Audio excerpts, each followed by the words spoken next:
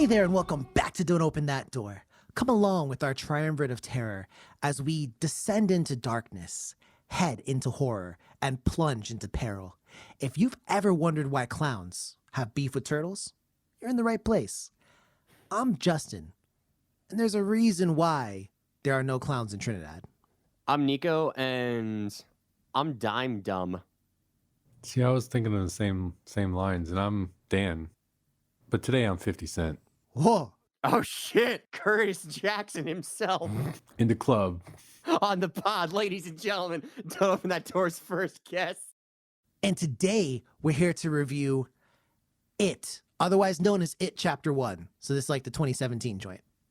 It was directed by Andy Muschietti, starring Jaden Martell as Billy, Sophia Lillis as Beverly, Jeremy Ray Taylor as Ben, Finn Wolfhard as Richie, Jack Dylan Grazer as Eddie, Wyatt Olaf as Stanley, or Olaf maybe, Chosen Jacobs as Mike, and Bill Skarsgård as It, otherwise known as Pennywise the Dancing Clown. So we open with Bill and his little brother Georgie. See, it's a rainy day and Georgie wants Bill to help him make a paper sailboat so he can play with it in the street. Bill goes along with it and Georgie happily takes his boat outside.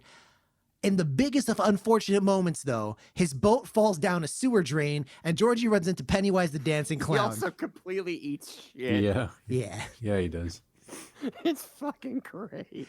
An evil cosmic entity that feasts on children.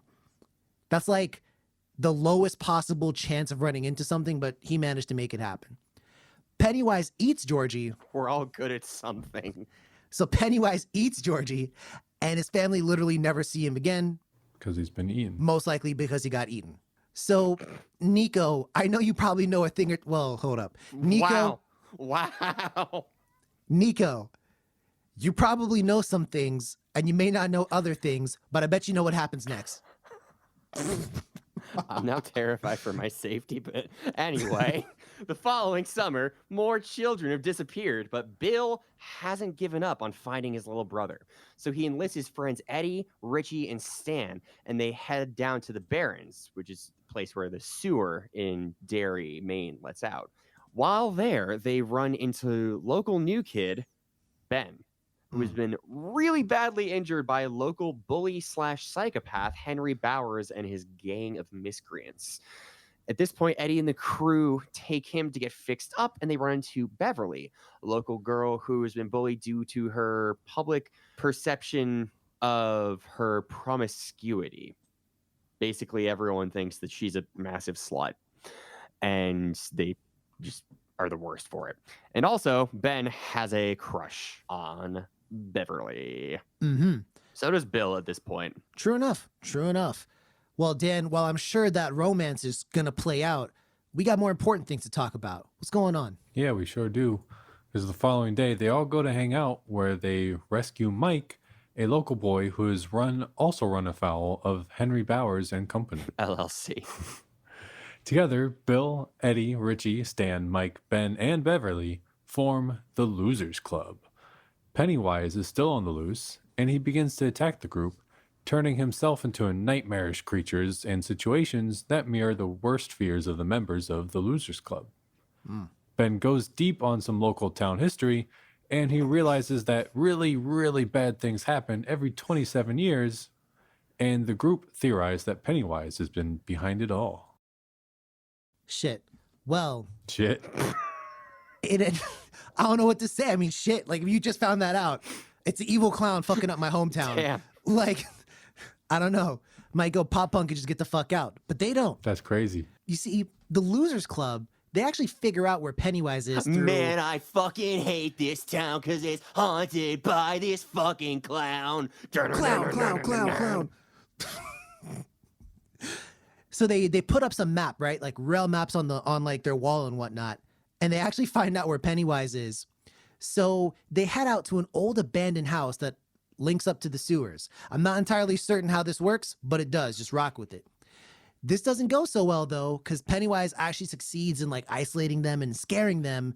And while they do manage to defend themselves from Pennywise, Eddie breaks his arm in the process, which kind of is the catalyst for a big fight in the Losers Club. And they kind of sort of break up. Just like his arm. with some of the kids feeling like they're in over their heads, and Bill and Beverly are kind of like the only ones still down for the fight with Pennywise. But Dan, I'm sure things have to change, right? They have to. They do, a little bit, a few weeks later. And Pennywise abducts Beverly, and Bill rounds up the losers, and they go to try to rescue her. They find Pennywise beneath the sewers, and they engage the creature in battle. The Losers Club overcome their fears as they defeat Pennywise, forcing it to go back into hibernation and potentially to starve. The losers, who are actually the winners, emerge from the sewers, Nice. and they swear an oath that should Pennywise come back in 27 years, they will all return defeated. Not at all setting up a sequel. Not at all. The end. Well, we got to take it from the top here. So, Dan, how's this movie look to you? I think it looks pretty fucking good. Pennywise and all the things that it does is pretty cool. Like, especially like near the end when they're fighting Pennywise, it goes to like attack somebody and its arms become like giant claws, and it's just a really cool scene. And I like whenever they stab it, Yeah, like the blood kind of like goes, like floats upwards. I thought was pretty cool. that's a really cool effect. Yeah, there's a lot of cool visual stuff. And then the scene when Pennywise comes out of the refrigerator and like all like contorted and like untwists itself. I thought that was pretty cool. So there's some pretty cool visual eye candy going on. Okay. All right. I also think that, just as an interesting note, this has got to be one of the brightest horror movies I've ever seen in terms of just how well lit a lot of the scenes are. Oh yeah. Aside from the sewer scene at the end, where that was kind of dark, IMO at some points maybe a little too dark. I was having a little bit of trouble seeing sometimes. Really? On your big dick OLED TV? Yeah. Yeah, sometimes they got to, like format it right. Otherwise, the TV dick is just too big. Wow. Oh. Going with your metaphor. I'm going with your metaphor here. You threw I this. wish you wouldn't have. threw this one out. You threw this one out. Okay, I just went with it. I wish you hadn't caught it. Well, that's the only thing I've ever caught. So now, Cha-ching, ladies.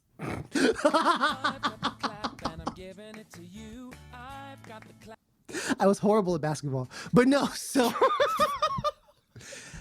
I'll say The fuck you catching basketball? Not the The ball, ball? apparently. Oh, you shoot the ball in basketball. you gotta catch it too. You ever had someone pass you the ball? Yeah, but You it's must not really catch. a catch. It's a catch. Like you catch a what do you baseball. call it then? I don't know. You pass it, but you don't like catching. Catching implies you catch it and you stop it. You catch it. What you do in basketball? You don't fucking stop. You keep dribbling. You I keep don't know, going, bro. You ever I play don't know. basketball? I don't know, bro. Bruh. We gonna have to leave this one to the streets, Bro, bro. hold The on, streets gonna hold have to on, hold on. decide. Streets gonna have to Do decide you this one. catch a Oh, we really going here? basketball? Okay, Yeah, do you hell catch yeah, the ball? Google. Bro. All right. I see this basketball 101 catching a basketball. All right, so maybe you do catch a basketball. That's what I'm trying to say. All right. That's what I just feel like you may have to catch the ball in basketball. I don't know, We all man. learned something today. But all Don't this, open that door. all of this sprung up from Nico's one dick joke. So Oh my god. I guess Nico, you can feel accomplished for derailing the whole Thanks, Nico. podcast. I do. Thanks, I do. Nico. Thanks. Yeah. Anyhow, I'm gonna bring this one back.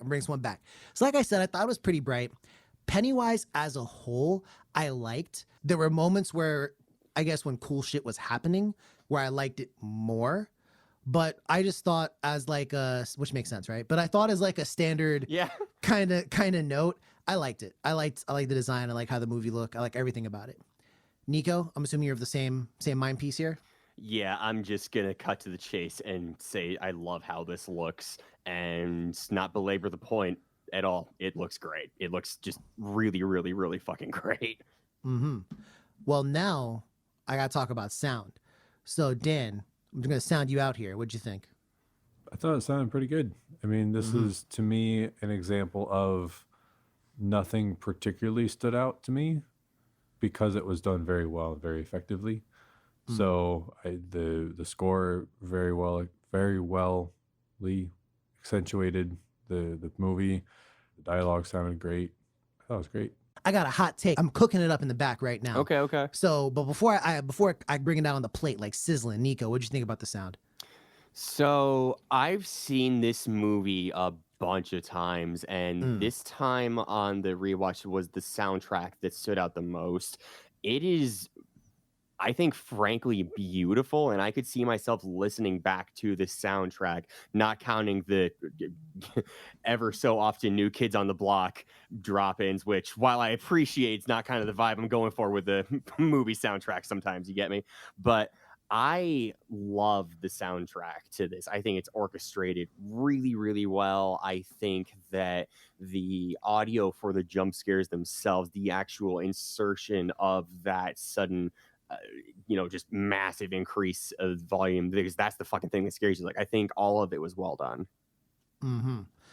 How did y'all feel about the fact that there are literal, themes and such in this movie that are really lighthearted at times?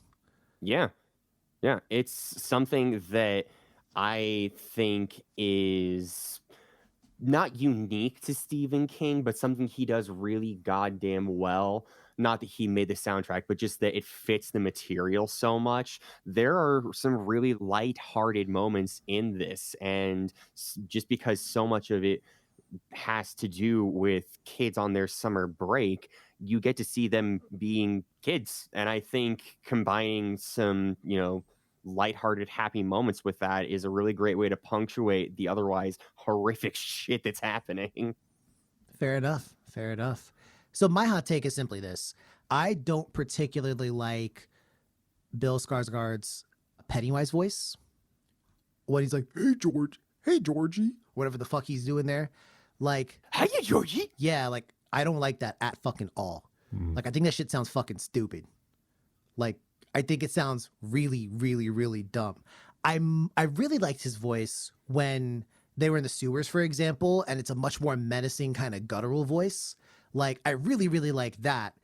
But I don't know. I kind of feel like I just wasn't a fan of the friendly, if for lack of a better word, Pennywise voice. He does alter his voice for everybody he meets, though. Although the scene you're talking about is perhaps his most iconic. Yeah. So there's that. But we got a lot to discuss here. So let's go ahead and break I'll it get my on Frisbee. down. shall A we? discus, that's something you catch. Yeah, you're real shit. But you don't pass it. No, you pass it.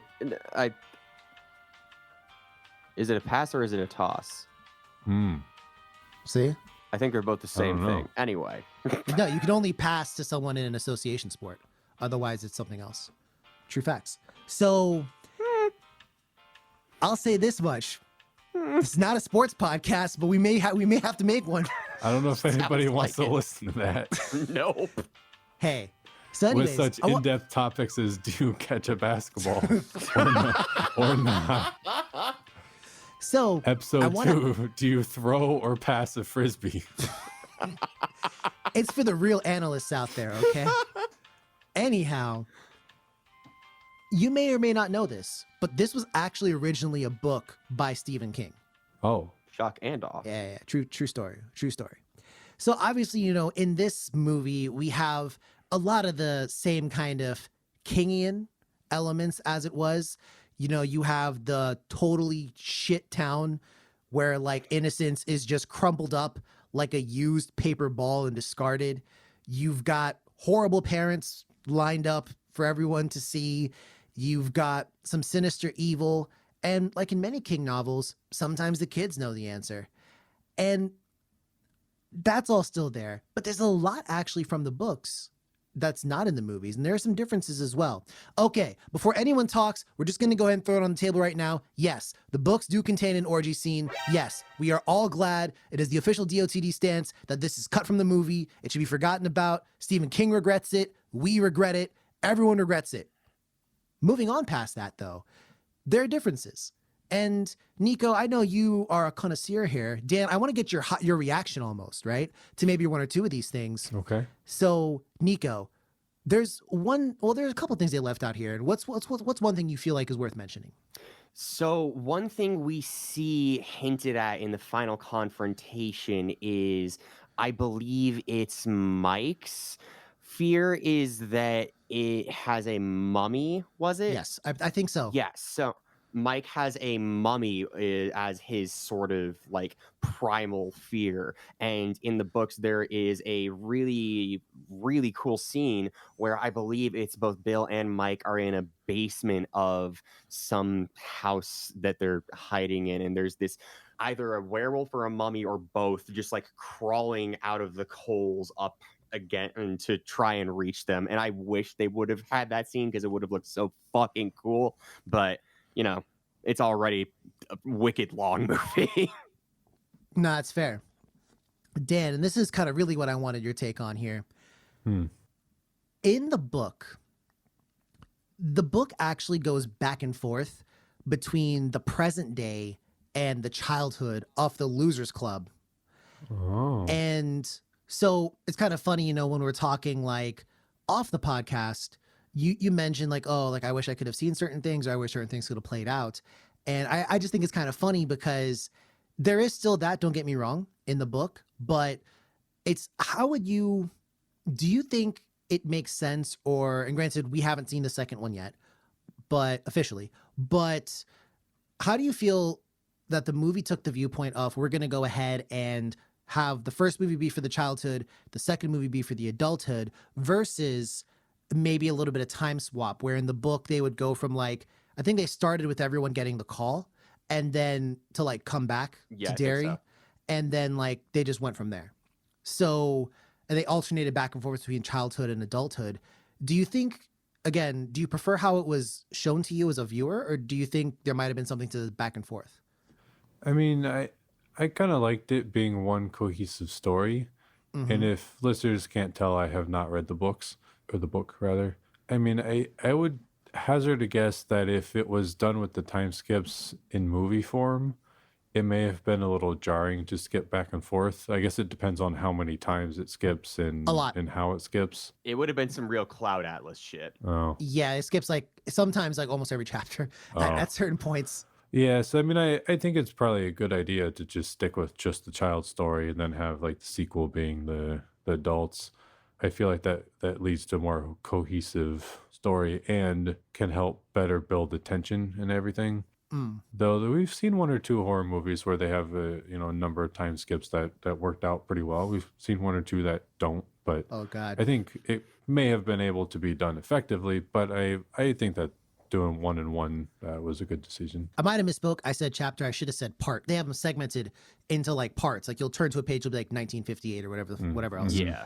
But that's interesting to hear. And to be honest, I kind of feel like they went with the safe decision. And Yeah, back me on this, I'd Nico, agree. if you think the same way. Oh, 100% yes. It would have been so incongruous from just an editing perspective. And could you fit? That's where I think it is. Also, like, I feel like it would have just taken a lot longer because the material alone is a lot. I feel like it would get kind of, I don't know. I feel like it would get kind of tricky. You would at effectively need times. to double the cast. You would. Yeah, and like I guess it'd be too long for one movie. So where would you split it? you That's know? the thing. You would have to, and that's one thing I will say. The ending of this one is like the perfect ending, right? Yeah. They beat it back and they're like, well, it should starve, but if it doesn't, we'll be back. Mhm. And that, like you said, Dan, perfectly sets up for the sequel where who knows what's going to happen. Now, I want to talk real quick about, I mean, everyone knows the standout of this movie, Pennywise, the dancing clown. Everyone talks about Pennywise, it, whatever else. Pretty prominent, character, I would say, in horror legacy and lore, Pennywise. Yeah. So, Dan, I'm going to go not to you, but to Nico. Just Nice. letting you know. Okay. Just All letting right. you know. Fair. That's fair. So, Thank you. Nico, why is Pennywise different from, say, your standard scary clown? So this goes into the really just pure, I'm trying to think of the word for it. There's something about just a childhood fear, just something that you can't understand and like rationalize. For example, I have a phobia. I have specifically entomophobia, which for those of you who haven't studied your Latin roots means I am terribly afraid of insects. It is completely irrational. I am a 6'4" grown-ass man, and one time in the library, a dragonfly landed about like 10 feet away, and I fell out of my goddamn chair. So that is not a bit. That is something I'm actually sad to say has happened. But I understand where they're coming from when there's this really creepy, uncanny portrait that's in your dad's office that just creeps you the hell out no matter what you do. And just the idea of that suddenly coming to life is both uncanny and I think repulsive at some sort of level that is very deep. Mm-hmm. Mm-hmm. Dan, do you think that Pennywise's base form is a clown because so many people have that fear of clowns? That maybe that's why he has that base form? Because he can change. He can change his form to whatever he wants. But the clown is kind of like the default. And why do you think that is? I don't know. I kind of feel like it might be because, I mean, it seems like Pennywise was like killed during the fire or whatever. Mm. So maybe that's what the creature was masquerading as at the time of the big fire and its quote unquote death. So it just kind of kept that. I think it's implied as much through the photography. Yeah, true. But I also find it really cool and really interesting that, you know, like a lot of times a scary clown is like if you think of like Art the Clown from Terrifier, like it's sort of like psycho, kind of demented a little bit. Right. But you know, you don't really get that from Pennywise because Pennywise isn't human, you know, and I thought that was kind of cool. And like I mentioned before, just seeing it change throughout that last battle and change to whatever they fear, I think was really cool and is a unique way to keep it interesting and not just fall into the same kind of generic, I'm a creepy clown. For sure. Now, here's a question, and this one's kind of just generally to the room here, but so why do you think Pennywise, I mean, he killed Georgie like straight up. Like he just murdered Georgie in the street. Mm-hmm. But when it comes to the Losers Club, he's got just like, he messes around with them time and time and time again. He's got like opportunities to kill them if he really, really wants to, but doesn't. Why the discrepancy there? What do you guys really think about that? I mean, I think part of it comes from, he says it himself, he feeds on fear. Mm. So while there is something to the efficiency of just 360 no scoping a fucking kid with your claw hands, I guess it's not the most bang for your buck if you're trying to get some I don't know, creepy clown fuel calories in you. I don't know why the discrepancy was there. That's a good question. I didn't really think about that. 'Cause you're right. He feeds on fear, but Georgie just murks pretty quick. My thoughts on that are either one or two things. One, either Pennywise uses it as a catalyst to make everyone else scared, thus, That is engorging himself more or much, whatever. yeah. Or two, it was just a plot device that, hey, we're just going to kill him quick and then move on. See, I'm more inclined to say the latter only because I'm more inclined to say the former. if he feeds on fear, I mean, at the end of the day, whether or not you know, like somebody died, like if a big fuck off clown turned into like a werewolf and attacked me, I'd be pretty scared, right? So like, I feel like if you feast on fear, you're getting that no matter what. And I get it that sometimes he would like to satiate a little bit more, get somebody like super scared. It's also that he feeds on the town. Like he's hunting Derry specifically. Like he is a parasite in the town that has existed multiple generations. The Losers Club are the particular subject of this part of the timeline, but it is like Pennywise is indigenous to Derry, I guess you could say, or not indigenous, but like local to Derry. Well, yeah, but I mean to say like he's killed a bunch of kids. Yeah, that's my point. Yeah. But like, I guess specifically with the Losers Club, I feel like he takes his time with them. Oh, yeah. Yeah. So I guess there's that. But this movie was actually really successful. Like this movie did really well. It was very popular and pretty well received.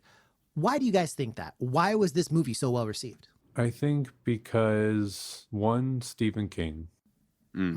Yeah. Two, I think it's just a well done, visually stunning, and well produced movie.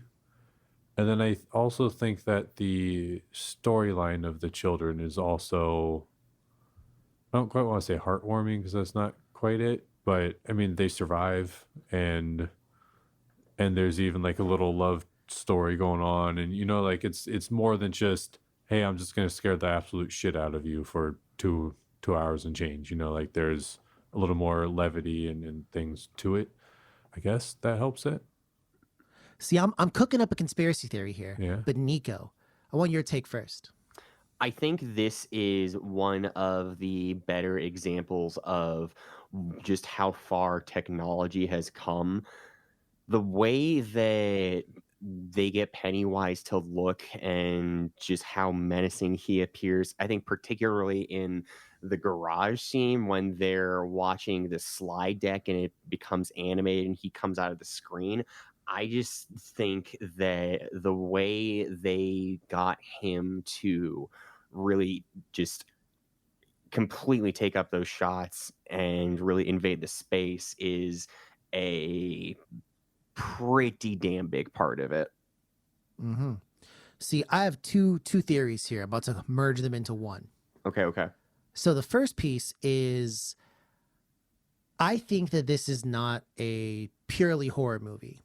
In my opinion, I think the source material is, but I think that the movie, in the way that it's written and in particularly in the way that it's portrayed to the audience, I think obviously, yeah, there's like horror elements and everything else like that. But also I kind of sort of feel, there's the horror elements to it, but there's also kind of like the childhood fun element to it, some really lighthearted moments. Yeah. And I know slice of life isn't the right term for this, Kind but of is, a some little slice bit. of life stuff. And I think this thing also kind of gives me heavy Stranger Things vibes at times. I mean, they even I can use think like, of one reason in particular. yeah, they even use one of Says the the same guy who actors. hasn't watched Stranger Things. I mean, I've seen Stranger Things media. I've consumed. Oh, yeah, okay. So Uh-huh. I feel like that was kind of around the same time, like when it was like really popping. And Yeah, it came out the year before. I believe in 2016. This is 2017. so like this kind of had, not quite riding on coattails, but kind of sort of riding on coattails. Yeah. And that also helped like big it up a decent amount. In addition to what you guys were talking about before, it's Stephen King shit, so people are gonna go see it. So it's time for the what would you do? Speak your truth. And actually, Nico, I need you to tell me something real quick. So Okay. the three of us we're kids in Derry, right? Not me. And Derry doesn't like me. I was about to make a joke about milk. Sing. Good on you. Good on you. And Pennywise is coming after us, right? Pennywise is coming after 21 Fates. And Oh shit. Oh, deep cut. I just want to know, like, what form is Pennywise taking when he comes after you? Like, what's he doing to evoke maximum fear from you?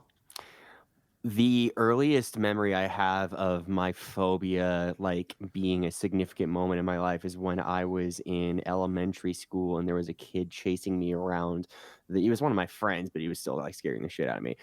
He was chasing me around the playground with like a few cockroaches in his hands.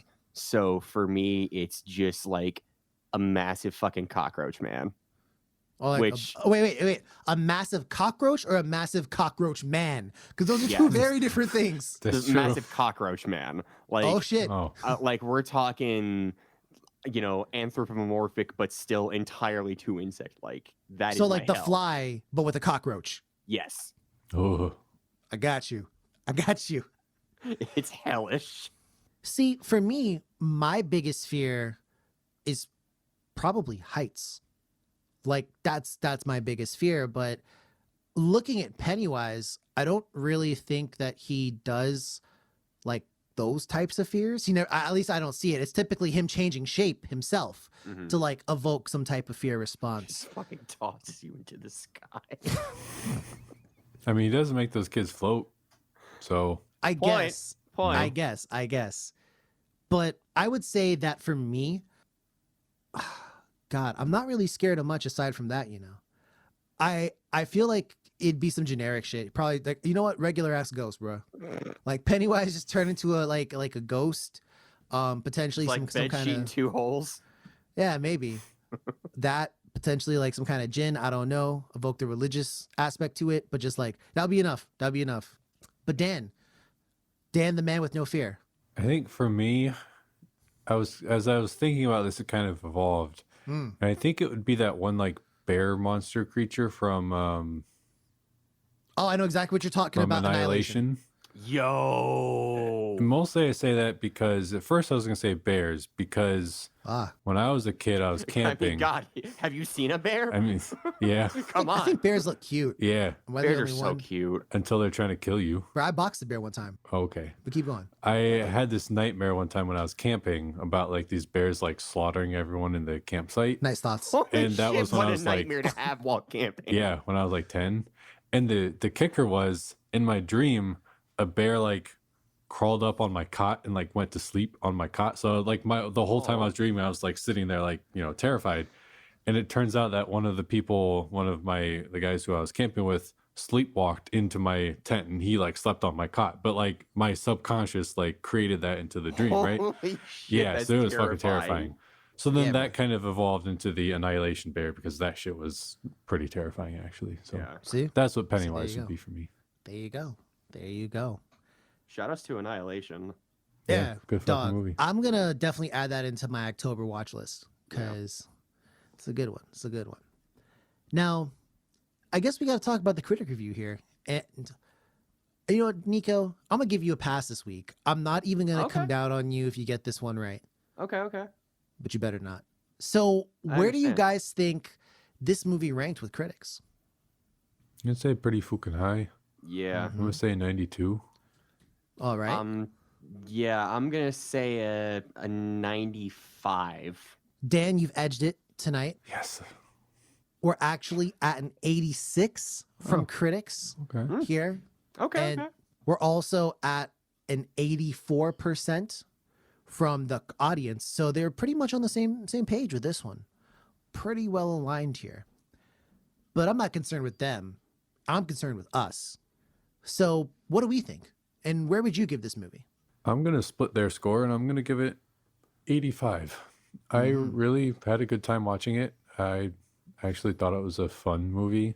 The scary factor was pretty cool. It wasn't like super scary or anything to me, but I just, again, like a lot of the creativity with Pennywise and the visual effects and everything. And I'm kind of a sucker for like a little bit of an actual like story and camaraderie amongst the group and everything. So I liked it. 85 for me. All right. Nico, where do you sit on your throne? I'm feeling really strong 94. Oh, This is one of my favorites. And when I saw this for the first time in theaters, it reinvigorated my love for the genre. This was the same year that I actually started watching horror movies for real. That's for what I real. was going to ask. I was like, wait a second. It reinvigorated It your just love for the genre. invigorated. Yeah, so it just When you have- invigorated, you know, but like, yeah, it's a really good fucking movie. It's one of my favorite Stephen King stories, and I forgot how funny it is. Like, Richie's such a prick, and I love him. So, first off, Nico, I actually, funny enough, remember you've now mentioned two things on the podcast that I have fond memories of. Only two. So, you said Yeah. that you were the one time you were in the library with the dragonfly. Mm. So, believe it or not, one time, I think it was like a Quiznos or something, you and me ran up on a Quiznos. And I remember this very specifically. There was a dragonfly literally right next to you. And I just remember like you freaked the fuck out and basically fell out of your chair and like you had to change seats with me Oh, because there was no. like no way you were gonna eat anything Oh in my that god, place. I remember this now. We went after school, and it Yeah. was yeah. And there was like no way unless I traded seats with you and like blocked the dragonfly from your field of view. yeah, that's some real shit. were man. you gonna eat anything? And I was like, oh, this guy really is scared of insects. I thought he was talking shit. So that's the first memory. The second one was I remember when you started getting into horror movies, because you would like call me or talk to me or something and be like, yeah, like I saw a horror movie or whatever else like that. And I remember when you saw this one, I remember you were really hype about it. So that's interesting. That's two things I remember now. But for me, I liked the movie. I wasn't quite as hot on it as many people were. This one's going to get a 78 from me. And the rationale and the Still pretty good reasoning for you. is that I think that the original book was probably a little bit darker. And I think that they made some choices that I mean, definitely very, like cinematically acceptable choices to kind of brighten certain scenes. I don't mean color. I mean like the mood. And they, they did certain things, and it's nice. Like, it's a nice movie. It's not something that I can really dig down into, but I'm hoping that the second part, because the adult half of it was always my favorite half anyways. So I'm hoping that the next one, I might like that one a little bit more. And that's probably my one drawback was I like the adult part, and the kids part I always found is kind of like, I didn't really like it all that much. So that's part of the reason why. But, I still think it's a fair movie. So I do think it's time for us to say how we feel. So are you going to recommend this one to our listeners? This is a good horror movie you can watch. Yeah. Oh, yeah. Yeah, definitely. Absolutely. Yes. Is this going to get the golden seal? Arf arf. Seals do go arf. You're right. It just took me a second to yeah. remember that. You're correct. Yeah. I was just imagining, a fucking inanimate object suddenly speaking to me like a seal. I don't think so. Not for me. I would have said yes, but I get it. I knew it wasn't going to get it from the two of you. I know Justin wasn't. It's close for me though. It's close. It's close. It was not close, but I respect it though. I respect all opinions here on this podcast, except for Nico's, but sometimes Nico too. So fair enough to all. All right. Well, if you like what you've heard, or if you want to contest anything, please drop us a line. We're on Twitter and Instagram at DOTD Horror. We're also on Facebook. Don't open that door. You can also check out everything we've done on our website. Of course, that's DOTDhorror.com. Plus, if you like us again, give us a good review. We're trying to expand operations. You know what I mean? Branch out like a tree. Diversify Not the tree, our bonds and all not the that. tree from the Unnameable though. That was a different kind of tree. That fucking movie. Completely different tree there. But as always, dear listener, take care of one another. Look out for yourselves. And as always, dear listener, don't open that door. Bye. Also, guidance chapter, pass the ball to your teammate.